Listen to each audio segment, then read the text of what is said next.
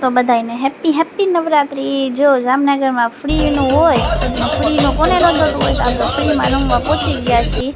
Free free free હતું તો આપણે મુકાઈ, ફ્રીની વસ્તુ કોને ન જોતી હોય।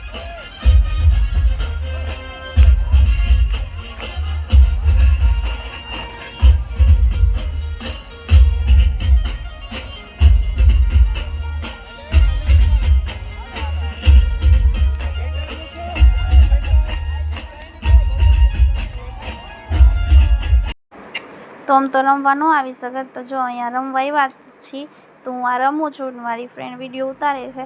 અને તમને આ વિડીયો કેવા લાગે છે કોમેન્ટ કરવાનો ભૂલશો નહીં।